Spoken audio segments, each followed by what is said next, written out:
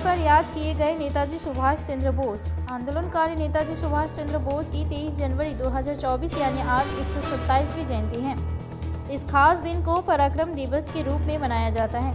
नेताजी की 127वीं जयंती के अवसर पर पूरे सम्मान के साथ जलपाईगुड़ी में ध्वजारोहण किया गया और उनके फोटो पर पुष्पांजलि अर्पित की गई।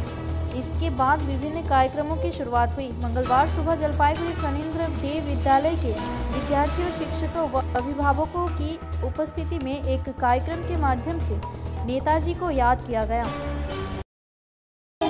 জন্মদিন উপলক্ষে আয়োজিত আজকের এই অনুষ্ঠানে উপস্থিত আমার প্রিয় শিক্ষক, শিক্ষার্থী ও আমার বন্ধুদের সকলকে স্বাগতম। 1897 সালের 23 জানুয়ারি উড়িষ্যার কটক শহরে সুভাষচন্দ্র বসু জন্মগ্রহণ করেন। তার পিতার নাম জানকীনাথ বসু ও মাতার নাম প্রভাবতী দেবী। কটকেই তার শিশুকালে শিক্ষা শুরু হয়। তারপর কলকাতার প্রেসিডেন্সি কলেজে ভর্তি হয়। সেখান থেকে পড়াশোনা শেষ করে কলকাতার সরকারি চার্চ কলেজে পড়াশোনা করেন।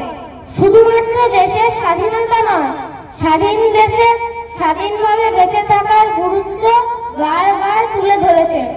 তাই তিনি জাতির উদ্দেশ্যে বলেছিলেন, স্বাধীনতা দেওয়া হয় না, ছিনিয়ে নিতে হয়। তাই দেশের স্বাধীনতা সংগ্রামের আগে তার বার্তা ছিল, তোমরা আমাকে রক্ত দাও, আমি তোমাদের স্বাধীনতা দেব। তিনি ছিলেন এক উজ্জ্বল ও মহান চরিত্র, যিনি এই সংগ্রামে নিজের সমস্ত জীবন উৎসর্গ করেছিলেন। তিনি ছিলেন সাহসী, ত্যাগ, বীরত্ব ও দেশপ্রেমের এক জীবন্ত উদাহরণ। দিল্লি চলো ডাক দিয়ে তিনি অভিযান শুরু করেন। শোনা যায় 1945 সালে এক বিমান দুর্ঘটনায় নেতাজির মৃত্যু হয়। পরিশেষে কবিগুরু রবীন্দ্রনাথ ঠাকুরের লেখা দিয়ে বলতে চাই, তোমার আসন শূন্য আজি হেবি পূর্ণ করো।